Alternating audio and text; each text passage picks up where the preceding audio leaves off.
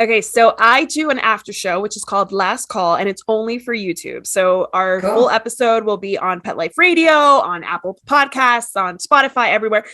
But this is just for YouTube, and it's just because I want to get to know the pet parent that I interview, right? Like Yeah. I just got to know the founder of the Roverchase Foundation. Now I want to know Abigail as a pet mama or a dog mama. That's a big Uh, ask. You might regret it. no, this is good because it's different. You have your like dog trainer hat and then you have your pet parent hat, right? Yeah. They're a little different. So did you ever watch Inside the Actors Studio? Yeah. Okay, cool. So do you remember at the end, James Lipton would ask his guests all the same questions? There were like 10 of them. Yeah. So this is inspired by that questionnaire, but it's pet related. So okay. It's pet related. So I don't ask you your favorite curse word, but I do ask you, what is your favorite breed?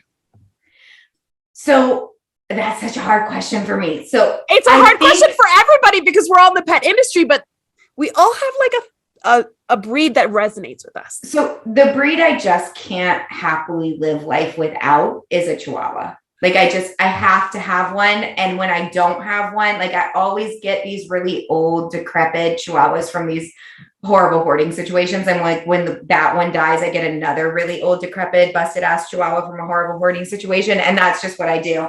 And like, I've tried to wean myself off of it. I'm like, you could be okay. You've got all this other stuff going on, but I always end up with another one. I can't be happy without them. That being said, my childhood breed was Whippets, and they have a very special place in my heart as well. Whippets are really cool animals, really cool dogs, but they're like greyhounds, right? Like they're really active dogs. Especially when they're young. Dogs. Yeah, they hit about 5 years old and they turn into just like really lovely throw pillows. But until then, they're quite active. But I just love a really old, mean, crotchety Chihuahua. It's just my favorite. Okay, so Chihuahuas are such an interesting breed. Since I started doing this show, I live in El Paso, which is literally on the border with Chihuahua, Mexico, like where Juarez is in the region, Chihuahua. So Chihuahuas are huge here. Like I see Chihuahuas on a daily basis driving around, people walking dogs. Do I see golden retrievers? Rarely. Do I see labs? Rarely. I see Chihuahuas all the time. They're just really popular here. So I kind of want one. And since I started doing this show, they're either a favorite or a least favorite breed. And because they're just complex, right? They are, and they can be a little challenging to house train. They can be a little bit challenging with strangers and children. Now that being said, I have absolutely had Chihuahuas that were phenomenal with kids and total social butterflies. But I would say, they're very tiny. And I think that really contributes, even if you get them from a great breeder, from a perfect household, and you really raise them right. They're so tiny, and we introduce them to our lives in a really different way than other types of dogs. And I think it really affects them. Mm-hmm. We're constantly looming and all threat gesturing, and we pick them up. Even, if a golden retriever doesn't do what you want, you have to negotiate. Right. But if a Chihuahua doesn't do what you want, you just pick them up and make them do it. And I think that's why we see this reputation that they're so aggressive and so mean. It's like, if somebody moved me every time I didn't want to do something and physically made me do it, I would be really aggressive and nasty too. Yeah. So I am a Chihuahua, basically. Like, same. Yeah. Arden Moore. I'm sure you're familiar with Arden Moore. She's a writer. She has her own pet show on Pet Life Radio. She's like the OG pet podcaster. She described, the first time I met her in 2010, she described Chihuahuas as tiny but mighty and sometimes a little bit bitey. And that's me. That is basically me. And I have a 2-year-old daughter who is also like that. And I always think like we disrespect Chihuahuas and small dogs in general. We disrespect their boundaries constantly. Yeah, we do. If somebody disrespects my boundaries the way we do it to them, I'm going to be tiny but mighty and a little bit bitey myself. Yeah. And I think if we really viewed it from their perspective, their behavior is very warranted in the vast majority of cases, particularly if you consider that we've done it from from the time they were tiny. They've never known anything else. And I think they get a really bad rap. I like them. My Chihuahua's crotchety. She's very opinionated. You don't just pet her because you want to. I mean, she isn't that way. And but she's amazing. And I'm like, yeah. So I feel like they're definitely not a starter dog. You don't want to start. You've never had a dog. You don't go straight into Chihuahua. Don't. Correct. And they're really not a good dog for a family with small children, whether that be their own children, nieces and nephews, grandbabies, whatever, unless you happen to have one of those types of children that is just an enormously empathetic, respectful child, which exists in the world. My godson happens to be one of those children. Mine are not. Right. That's normal. My first was worse than my second. So like you said, they exist. And there's also like the spectrum of like super wild and in your face and then like kind of more laid back and mellow. But neither one of my children do I trust around a dog that's not socialized to kids. Yeah. And the Chihuahuas are so accessible to children, right? They're so little and they can be picked up. And especially if you have a kid in that young age range, like toddler, really up until about 12, maybe 14. Yeah. They're just right there. And you just pick them up. They're just like a little doll. And they look like a stuffed animal. They're little. Sure. Yeah. It's a recipe for disaster. And I completely agree with you. Luckily they have a small bite, not like, it's not like a huge, snout or bite, muzzle that's going to bite you, but still, I mean, we don't want to traumatize anybody. Yeah, and you don't want to make the dog miserable, and you certainly don't want to put your child in danger. Even a small bite to a face is still a bad bite for a child. It's in their face. Exactly. I agree.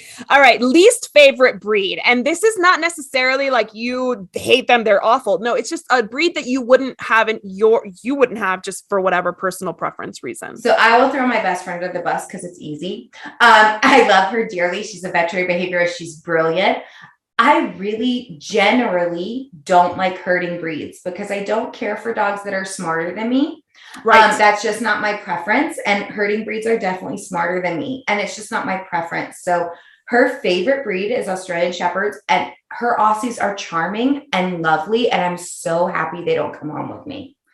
And so I think they're great for some people, but I don't like anything smarter than me. And no question, herding breeds are smarter than me. So Aussie Shepherds would be my answer to that question. And I've always said that.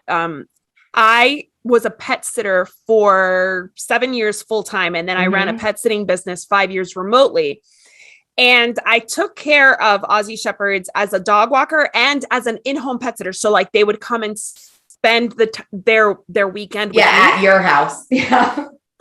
They were not easy. Braver than me. No, they're not easy. They are not easy. I don't see why we have Aussies in like an urban area. We shouldn't. I do have friends that have them in an urban area. I have a friend, the poop bag girl. She has 2 Aussies in Chicago, like urban Chicago, and they do great, but she's also super committed to their exercise and enrichment. Yes. So it's a little different. I think Australian Shepherd personalities do really well with Australian Shepherds. I do not have an Australian Shepherd personality. I have like a Chihuahua and a Golden Retriever had a baby. And I'm mostly like, if I get out of bed that day, it's a really good day for me. And so like an Aussie would be miserable in my home.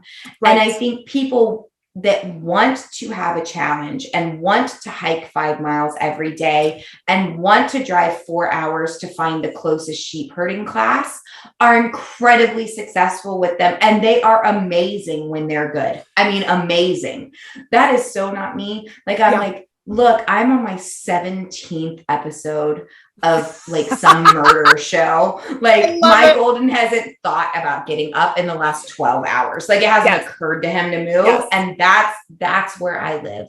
Yes, that's me too. I love having old dogs. I mean, I don't really care about the breed so much. I just like old dogs. Yeah, they've done the exploring. They've done the challenges. Like I'm having a hard time as a parent to very young children because they're so intense. They want to learn everything. They want to get into everything. They want to taste everything. They want to put everything in their mouth. And I'm like, oh my God, like, can you chill? So I need old dogs. I think I'm really going to enjoy my kids when they're old enough to not like put their lives in danger every single day. Right. Yeah. That's where I am too. Like, I love to like chill. But the only problem with my old dog is that he has dementia a little bit.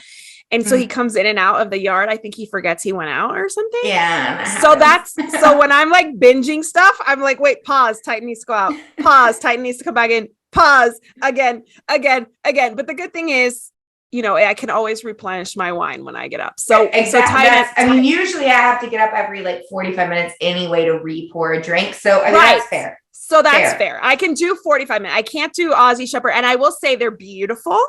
They're so soft. Pretty. They're so beautiful.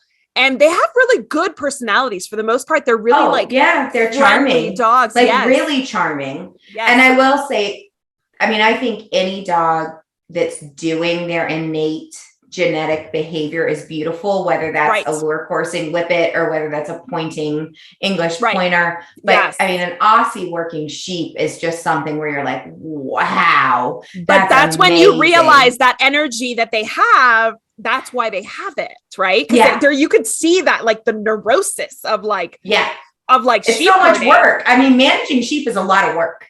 It's hurting sheep. It's like a lot of work. It's a lot of responsibility too. So I totally understand why they take it so seriously. All right. Next question. Do your pets sleep in your bed? And how does that work with service dogs? Yeah. So they definitely all sleep in the bed. And I think that's generally a personal preference thing, but I also personally don't understand it not being a personal preference. It's weird to me. We really like service dogs to sleep in beds because there's no question that tight bonds and close bonds and efficient service dog work are completely linked. The closer the relationship, the better the behavior and the better the service dog's work ethic is. So we really like it when they sleep in bed. Sometimes that's not medically possible, and so we make amendments, but when it's possible, we really like it. I will say that my golden service dog, McAllen, he's very hot natured because he's got a lot of coat, and we also live in the deep South. So he always starts in bed, and then usually by the time I fall asleep, he goes to the floor over the air vent so that none of us get air, only he gets air.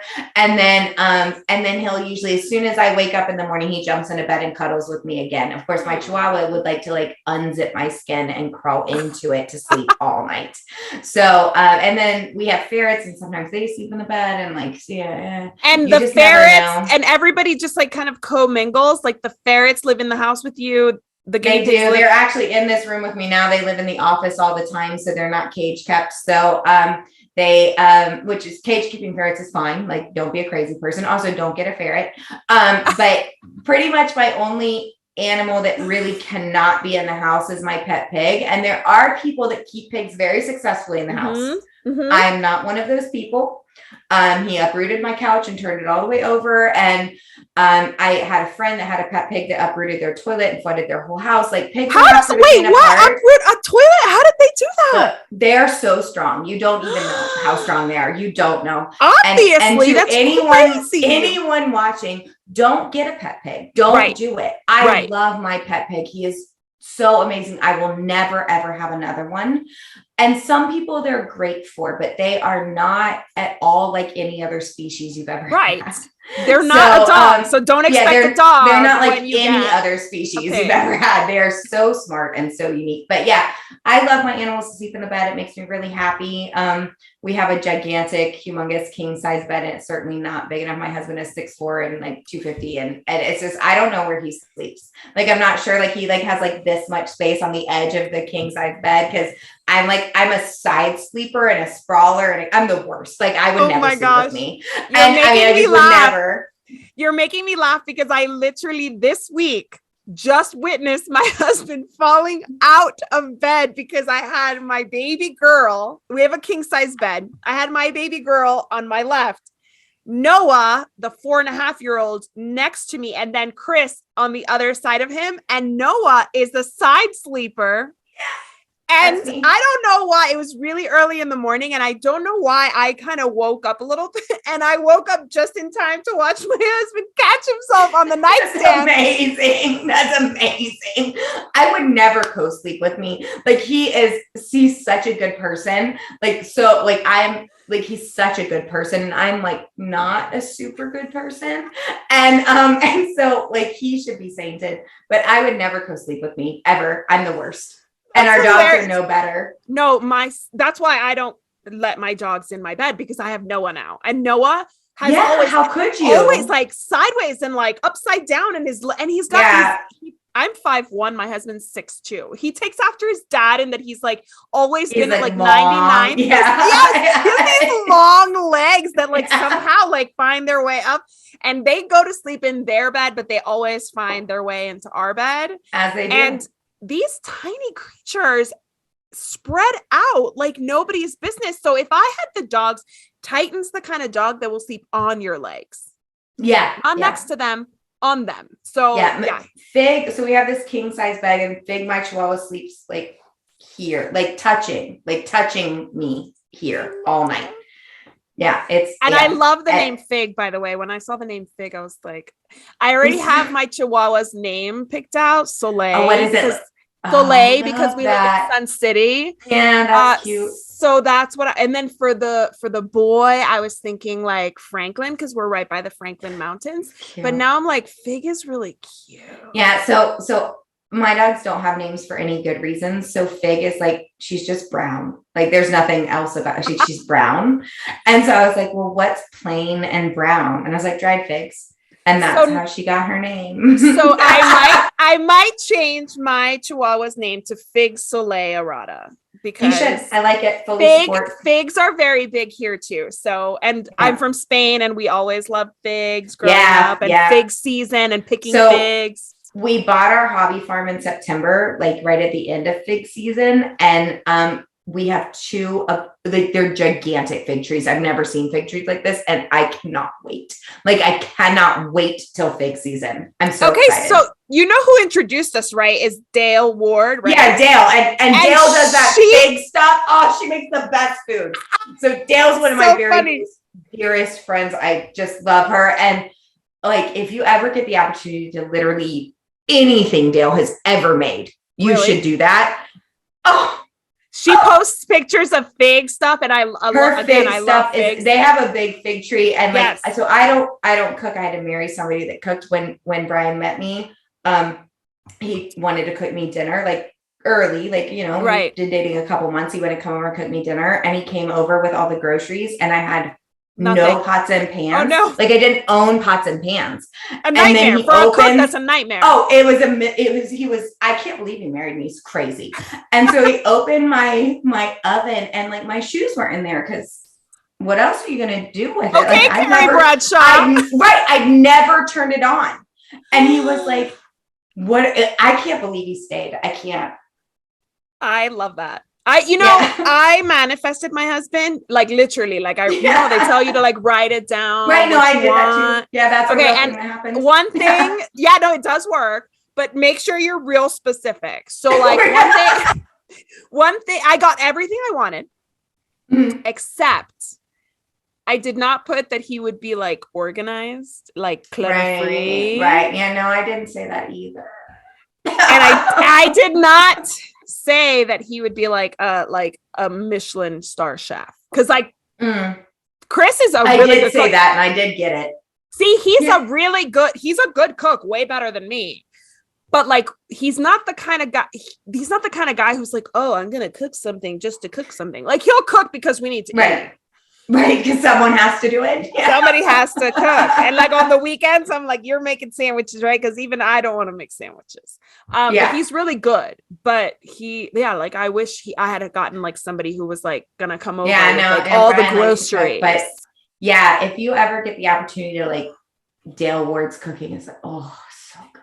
Y'all, if you don't know who Dale Ward is, I will put the little video of her interview here. She wrote Raising the Worst Dog Ever, and it's an awesome book for anybody who is getting a puppy. Yeah, if you're getting a puppy, you need that book.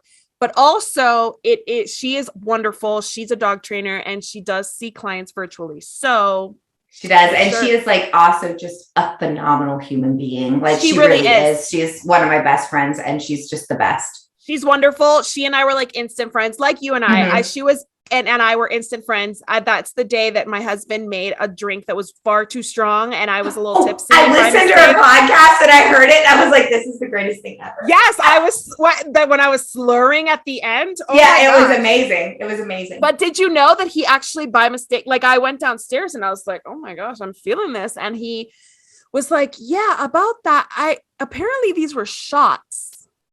And he made a whole drink. He made me a drink this big, but it was supposed to be 6 shot glasses worth. Right. So that's why fine. It's fine. 30 minutes. Fine. Don't worry about it. You're fine. Hey, listen, this is a boozy show. Boozy show. I said boozy. That's what I introduced it as, boozy. So if you're offended by booze, it's not the place for you. All right. Who or what wakes you up in the morning? So usually my spouse, Brian, wakes me up in the morning because he works very diligently and goes very early and I don't do anything early. He's a 9-to-5er. Yeah. And so usually I'll wake up then, but if he doesn't wake me up, McAllen lets me sleep till about 7:30. And then he's like, hey, are you alive though? and he doesn't want me to do anything. He just wants proof of life. So, but yeah, so it's usually one of the two of them. Is that him right behind you? It is. So that's McAllen. He's the cutest. Oh my God, he's so beautiful. I mean, yeah, he he's is like a pure golden face. Yes, he's very golden-y. Yeah. So how many lint brushes do you go through a day? Or have you given up? So some of it you just give up. But we also have, we got one of those Roombas that docks and self-empties. Lifesaver. If you're going to have a golden retriever, you need the one, not just the Roomba that docks and self-empties. Yes, that's the key to success. 100%. I love my Roomba. I love her. Yeah. I have not given her any names. Her name is Roomba. She's fine. Ours is named Wally because we're not very original. Wally. I just actually heard a podcast about Wally and like, people just like, not doing anything because Wally does everything. So I love my Roomba, but it fills up like this. Yeah. The self-docking, if you don't have the self-docking one, so worth the investment. And it tells you, the self-docking one tells you that it could be like X number of weeks, but I feel like if you have pets, it's like a few days. I would say like I empty my bag really truly maybe every 2 weeks and we have lots of pets here and it does a really good job. Have you ever had the Roomba poop smear situation happen? So we have not, but it will happen one day. I mean we have a lot of pets. And we have a Chihuahua and like, Chihuahuas can't be trusted with the pooping situation. So it's only a matter of time. Why do you think that is? You're a dog trainer. Why do you think that is? I have several theories. I think my main theory is that I think that space looks different to them because they're so tiny. So I think a less used room feels very much like not part of their living space because they're so tiny. So that's my personal opinion. I also think, there's certainly just some mechanical reasons. They're just small. So they have small bladders and small bowels. They need to go out more often. They just need to go more. But I do like Fig goes when she has an accident, which are like, it's incomplete house training. Like, let's not pretend it's accidents. I just have a house trainer. But I think that's hard. I find that hard to believe. I feel like, had she been a different dog, would you have been able to successfully potty train her? Yes, because it would have taken less effort. But got it. I'm the first to self-proclaim that I'm the world's laziest dog trainer ever. Like I don't really do much with my own dogs. As long as they function in my house and they don't annoy me, I'm really happy with that. So I just am a lazy dog owner and that's fine with me. But when she goes potty, it's in the rooms that we don't use very much. And I think from their tiny perspective, that's Antarctica. It's so far away from the livable space of your house. Yeah, it's right. It's separate. And it doesn't smell like anybody because nobody's been in there for a Right, while. nobody's in there. Like, so now I need if to she leave my goes to the scent, right? yes. If she goes to the bathroom in our formal dining room, it doesn't even have a dining table in it. Like, that's how little we use it. Like, I can't really get mad at her for that. Right. I'm like, all right. It looks like a field to me. Right. And my theory of house training always is that if your dog or any animal has an accident, then you roll up a newspaper and hit yourself on the head with it. It's like, where were you?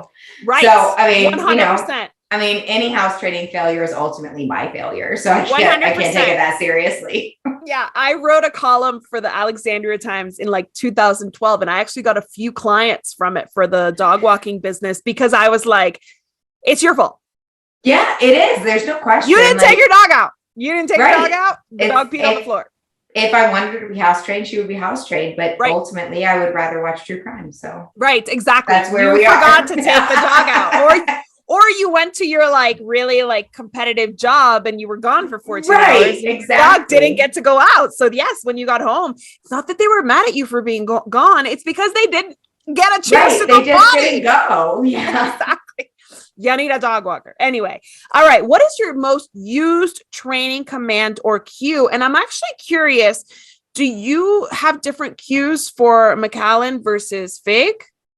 Yeah. So out working, definitely. Like when he's doing his service dog thing. Yeah. He knows 1,000 things that Fig has never even thought about learning. And Fig knows very little. So my kryptonite is a sit up and beg. It's my kryptonite. And she came knowing that cue, which means that anytime she does it, I'm going to pay it. I'm like, it's the best thing that ever, like any of my client dogs that know how to sit up and beg, I'm like, oh, it's amazing. I love it. It's my favorite cue. And it's so simple, but it makes me so happy. Like what? Just like sitting on her hind quarters? Just sitting on their haunches and begging, like, I don't know what it is. My whole career, I'm like, oh my God, I don't care what else he does. It's the best thing. I just love it. And so she came knowing that from wherever she came from. And so that's literally all she knows how to do. Because I was like, oh, that's all she needs to know. It's perfect. Right. But probably my most used cue is, so I use this cue called out, which pretty much just means, can you give me some space and leave me alone? Okay. And it just means back up maybe 2 feet and just give me a little bit of social space. And I use it quite a lot for a lot of different things. So I use it, so because of my disability, I'm pretty unstable. So I fall a lot and things like that. So if I'm walking through a narrow passageway, out just means, hey, clear me some space so I don't trip over you. Right. I also use it like, I have a golden, and if you're a pet sitter, so like Goldens are like, hi. Oh no, I had a golden growing up. We love Goldens. So they're like right in your face and like, and so I love you so much. Sometimes you just need a minute. Mm-hmm. And so I just say out and he just backs up a little, lays down 2 feet away. So I would say that's definitely my most used cue. I also have the mini horse, which is a stallion.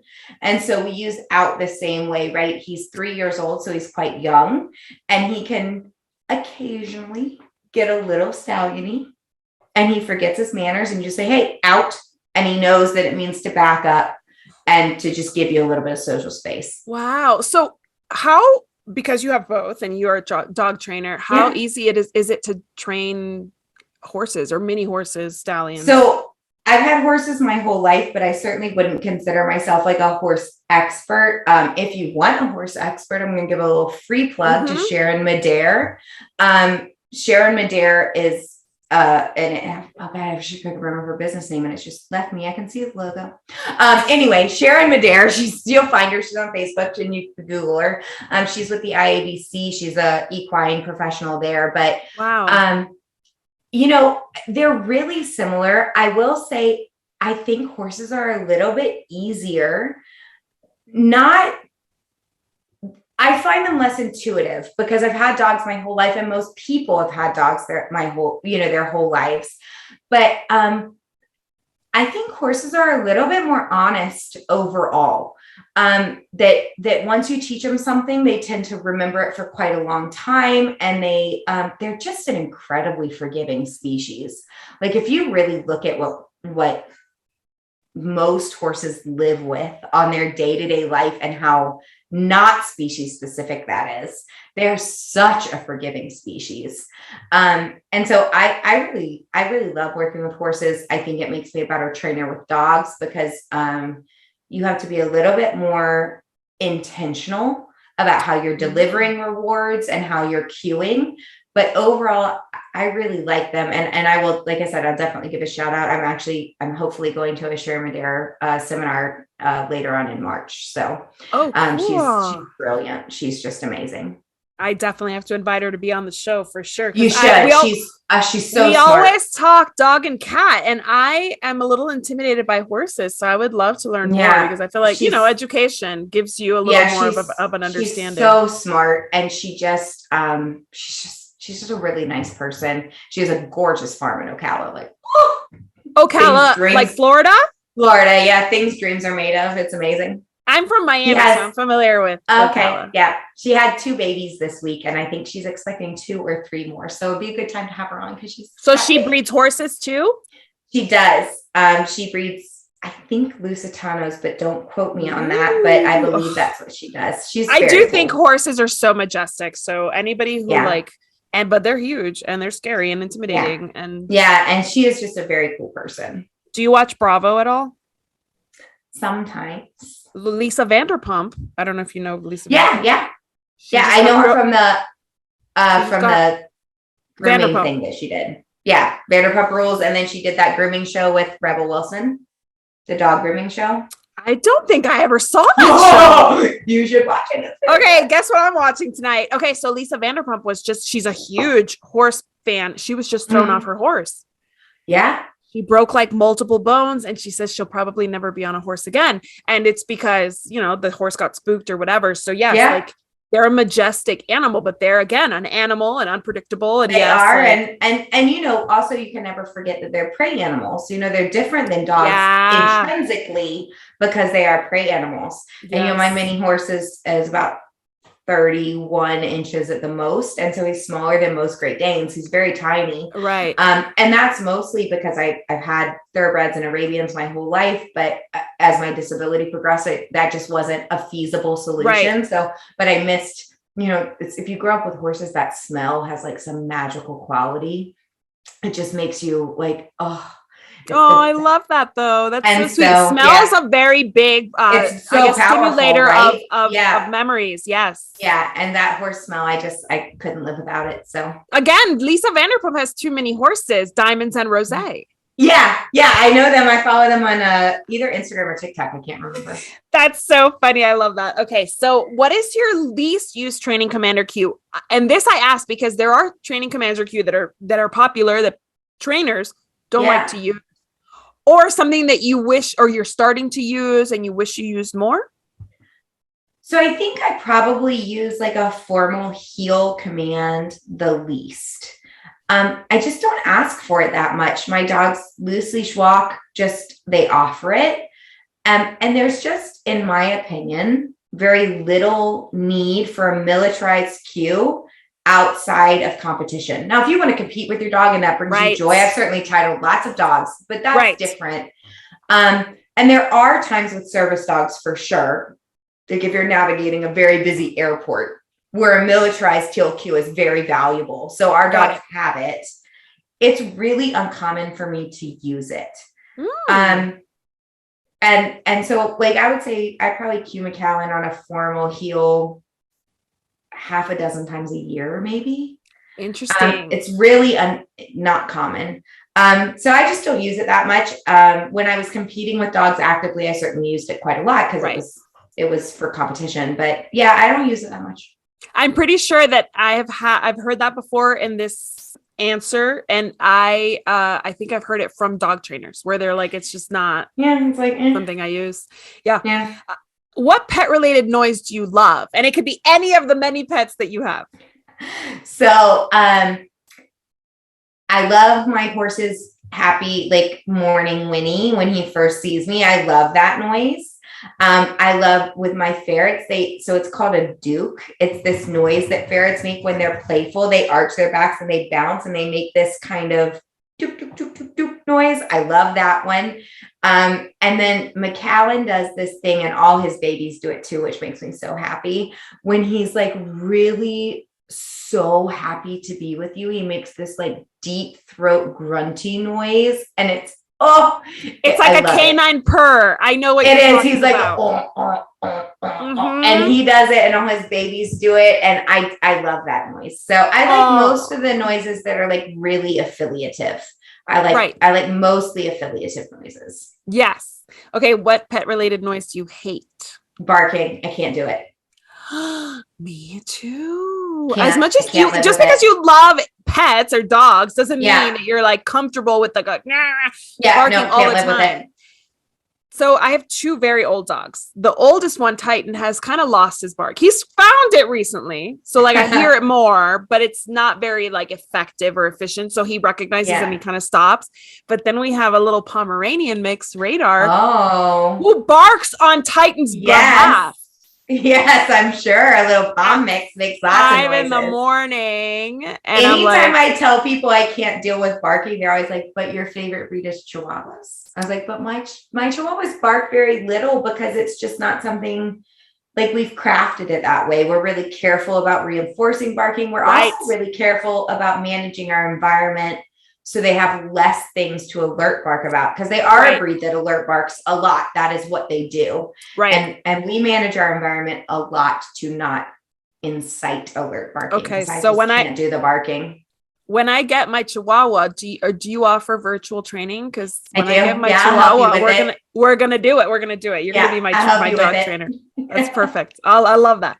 All right. What pet related profession other than dog trainer, service dog trainer, foundation founder would you think would be fun to try? Pet related specifically. Pet related. That's a really good question. So when I was little, I said I wanted to be a turtle doctor, and I held to that really much longer than I'm willing to admit for the age that I was. But I've always really loved turtles in particular. So, a turtle doctor is, I probably said I wanted to be a turtle doctor from the time I was 6 until I was probably 13. It's pretty serious. So turtle doctor specifically, not a veterinarian that sees all species. A turtle doctor. Yeah, okay, so it's different than a vet.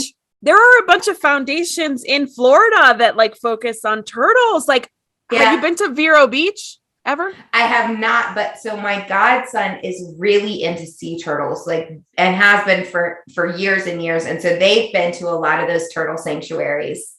So Vero Beach is awesome because like they have like the natural nests that happen in that part of the Atlantic. I guess there's just a lot of them, and they have like a sanctuary, and they have like turtle like at night where you go out and you see the turtles. You can see them. Yeah, my aunt lives in Apalachicola, Florida, and they have a lot of sea turtles there, and she's actually she's a fascinating human being, but she is retired now from the CDC, and she is part of like the Turtle Protection Brigade, and she walks the beaches and makes sure that the pathways from the nest to the ocean are clear in the evening. It's super cool. That's so crazy. Okay, so my mom, this is completely unrelated, but I'm going to make a point of it. My mom, my sister, and I live in totally different places. Okay. Mm-hmm. But every time we get together, somehow we're all wearing the same Banana Republic shirt. Wow. Genetics, that's awesome. Right? So it's the genetics of you just somewhere along the line all became turtle lovers. Yeah, I'm not even sure why that is, but I did. I've always loved them. I got salmonella when I was 12 from a turtle, and I almost died. It's like a whole thing. Turtles are very dirty animals, as my mother would say. They are. There's no way around that. Wash your hands after handling them. For sure. Like don't give your child a turtle. Just don't and then do a snack. That. And then a snack. snack. And then a snack. And like, but I did. We didn't know as much back then. I feel like our parents were doing the best they could without all the resources. I was in the hospital for 2 days before the doctors figured it out. So it was clearly we just didn't know things. Because turtle specific salmonella is not that common. I don't blame the doctor. I feel like that was fair. In Atlanta? In Atlanta, like at the good children's hospital. It took them 2 days. They just didn't know. It wasn't on their radar. So it ended up being like a resident. Like my mom says he was 12 years old. They came in and was like, do you have a pet iguana? And that's how they found out. So I had residents deliver my babies, and my second delivery, he looked like he was like a baby. And he had taken the ultrasound when I first got there. So I thought he was an ultrasound tech until like he like put gloves on and like stood there and you were like, uh-oh. a catcher. And I was like, I had an epidural, so I was fine. I was like, you're doing this? I was like, you? His name was Andres, and he was like the cutest little Latin guy I've ever seen in my life. Like awesome. He was like maybe 22, and I was like, right. You're not delivering my baby. This is happening. Yeah. That's Siri. Siri somewhere in that conversation came up and was she like, wanted to ask us a question. She wanted to know about my birth story. No, not today, Siri. Not today. All right. What pet related profession would you never want to try?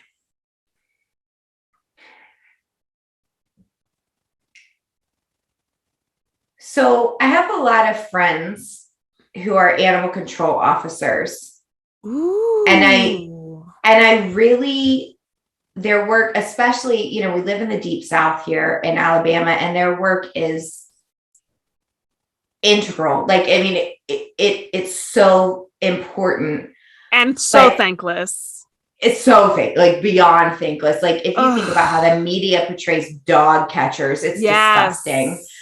But for me, physically, the labor is so demanding and dangerous. So demanding that for me, first of all, I know that physically I could not do it. Right. But also, you know, like I said, I have a lot of friends that are in animal control, and I'm so grateful that they are, but that would be incredibly difficult for me. I don't have as hard of a time with the mechanics of a lot of animal cruelty. Like I do a lot of that in my behavior practice. And so I'm more comfortable there, but the thanklessness of it and the tediousness of trying to figure out what is and is not legally cruelty, like that is just, it's crushing, particularly in the deep South. And I don't think that they get the credit that they deserve, because the ferreting out what meets the letter of the law and what doesn't it's incredibly thankless, and it would be very difficult. And everybody thinks that they're anti-animal, but they're not. And they're not. Like, who would go into that job being anti-animal? No one. It pays pennies, and it's just, the hours are insane, and you never get holidays, you never get weekends, and if there's tornadoes, you get more calls. Right. And it's just, I mean, I think it's just one of the most misunderstood professions, and I really feel like I hope that it changes. And in the deep South, it's one of those things that you just are like, oh my God, it's never going to change, but I hope that it does. I lived in Louisiana, in the middle of nowhere, Louisiana, for a couple years. Know. Yeah. And it was rough because, you know, I was in Miami, which is, you know, borderline. There's good, there's bad. Northern Virginia is like great. Most pets there are super taken care of. If you see a dog on the street, you know that dog was not meant to be on the street. Like there's no gray area. Most pets in that area are well taken care of. So moving from there to the middle of nowhere, Louisiana, I was like, is that dog supposed to be out? Yeah. Like they let them just go out. Yes. The dog got hit by a car. Nobody cares. It's just a different, you don't know. It's gray, a lot of gray, because you don't know if that dog got out by mistake. And you're like, oh my gosh, what if it is a pet that like people are looking for? What if it's just a stray dog? Like, what if it's a wild dog? What if it's a rabid dog? Who knows? Like, you don't really know. Yeah. And it's hard to go from like a place where people like super prioritize their pets to a place where pets are almost an afterthought, or even just outdoor dogs that get out because they're constantly getting out, and it's just like perpetually like finding them on the street. My husband like threw out his back because one of our neighbors, like the dog just like got out all the time. And the first time he found him, he was like, oh no, somebody's dog got out. And he's such a nice guy that he's like, let's put him in my backyard until we find, you know, we find the owner. Cause that's how we operated in Northern Virginia. And then eventually we got to the point where we're like, we don't stop for dogs on the side of the road because nobody's looking for them. Right. And I really do think animal control officers everywhere, but particularly in the Deep South, are just enormously undervalued, and it's so thankless for things that they're doing that are bettering not just animal welfare, which they are, right, but also public health. Right. Like, I mean, huge things that affect every aspect of life. And yeah, I hope that they get far more recognition than they currently do. I would love to speak to an animal control officer on this show. I can make that happen. If anybody's interested, if anybody would be willing to talk to me. But yeah, you're the only person who's ever said animal control officer on this show for that question. So like, I appreciate that perspective because we've never talked about that, but you're 100% spot on. Okay. Last question. And I call this part of the show last call because it's last call at the end of the night when the dogs have to go pee before I go to bed. And it's also last call at bars when you've had a few to drink and now you're like sharing pictures of your pets and talking about what you do and like making friends with strangers.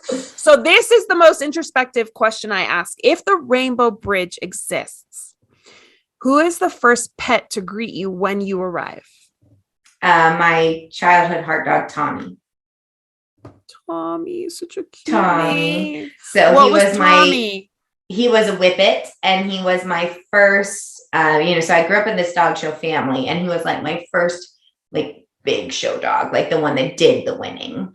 And he was also like the first one that like was all mine, like that I didn't, that my mom didn't co-own, like it was my dog. Right. And for sure, no question, he's the first one there. So yeah, he was with me from the time I was 14 until 23 or 24. So through like the most important, like all the most important things, he was there. Oh my gosh. Yeah. That must have been such a hard goodbye. It was, he was an old man. He was 12 years old, but it was, it was just definitely, I think the great thing about kids getting pets at like that age, like 14, 15, is that those pets are there through all the big things, it was my first marriage and my first divorce and leaving the cult and like all of these things. And so there was a difference in his passing. It was like saying goodbye to a lot of things, but yeah, no question. He's the first one there. What's funny is my Titan, who's 14 and a half, he was there for my first marriage. He was my wedding gift from my previous husband. We got married November 3rd. We got Titan November 12th. Yeah.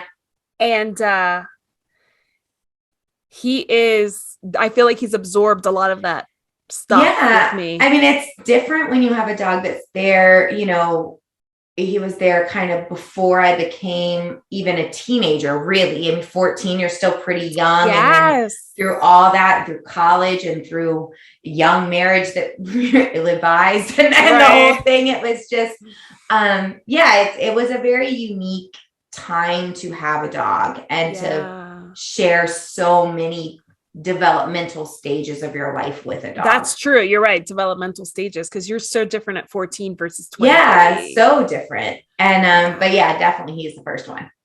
Oh, well, thank you so much for taking the time to share your story with me. I've so enjoyed talking to you. I feel like we're like friends for like ever. I know, me too.